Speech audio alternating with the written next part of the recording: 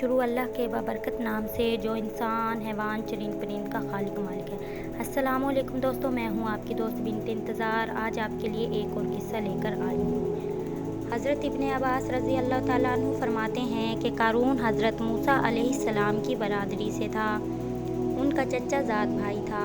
دنیاوی علوم میں بہت ترقی کی تھی اور حضرت موسیٰ علیہ السلام سے حسد کرتا تھا۔ حضرت موسیٰ علیہ السلام نے اس سے فرمایا کہ اللہ جل شانہ نے مجھے تم سے زکوٰۃ وصول کرنے کا حکم دیا ہے۔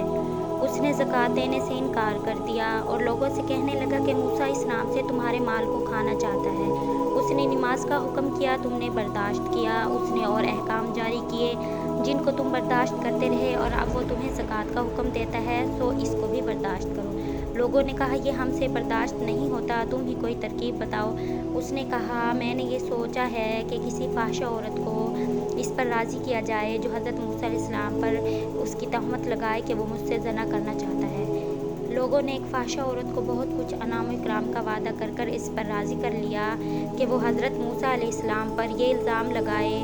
اس کے راضی ہونے پر قارون حضرت موسیٰ علیہ السلام کے پاس گیا اور ان سے کہا کہ اللہ تعالیٰ نے جو کام آپ کو دیے ہیں وہ بنی اسرائیل کو سب کو جمع کر کے سنا دیجیے۔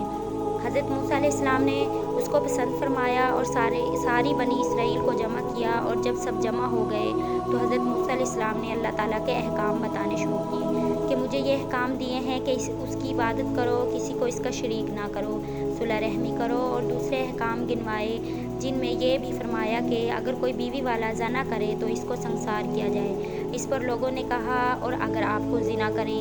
حضرت موسیٰ علیہ السلام نے فرمایا اگر میں زنا کروں تو مجھے بھی سنسار کیا جائے۔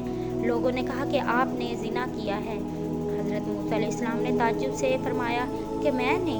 لوگوں نے کہا جی ہاں آپ نے، اور یہ کہہ کر اس عورت کو بلا کر اس سے پوچھا کہ تو حضرت موسیٰ علیہ السلام کے متعلق کیا کہتی ہے؟ حضرت موسیٰ علیہ السلام نے بھی اس کو قسم دے کر فرمایا کہ تو کیا کہتی ہے؟ اس عورت نے کہا جب آپ قسم دیتے ہیں تو بات یہ ہے کہ ان لوگوں نے مجھ سے اتنے انعام کا وعدہ کیا ہے کہ میں آپ پر الزام لگاؤں کہ آپ اس الزام سے بالکل بری ہیں۔ یہ سن کر حضرت موسیٰ علیہ السلام روتے ہوئے سجدے میں گر گئے۔ اللہ جل شانہ کی طرف سے سجدہ میں ہی وحی آئی کہ رونے کی کیا بات ہے، تمہیں ان لوگوں کو سزا دینے کے لیے ہم نے زمین پر تسلط دے دیا ہے، تم جو چاہو ان سے متعلق سرزمین کو حکم دو۔ حضرت موسیٰ علیہ السلام نے سجدہ سے سر اٹھایا اور زمین کو حکم دیا کہ ان کو نگل جا۔ زمین نے ان لوگوں کو ایڑیاں تک نگلا تھا کہ وہ عاجزی سے حضرت موسیٰ کو پکارنے لگے۔ حضرت موسیٰ علیہ السلام نے پھر حکم دیا کہ ان کو دھسا دے حتیٰ کہ وہ لوگ گردن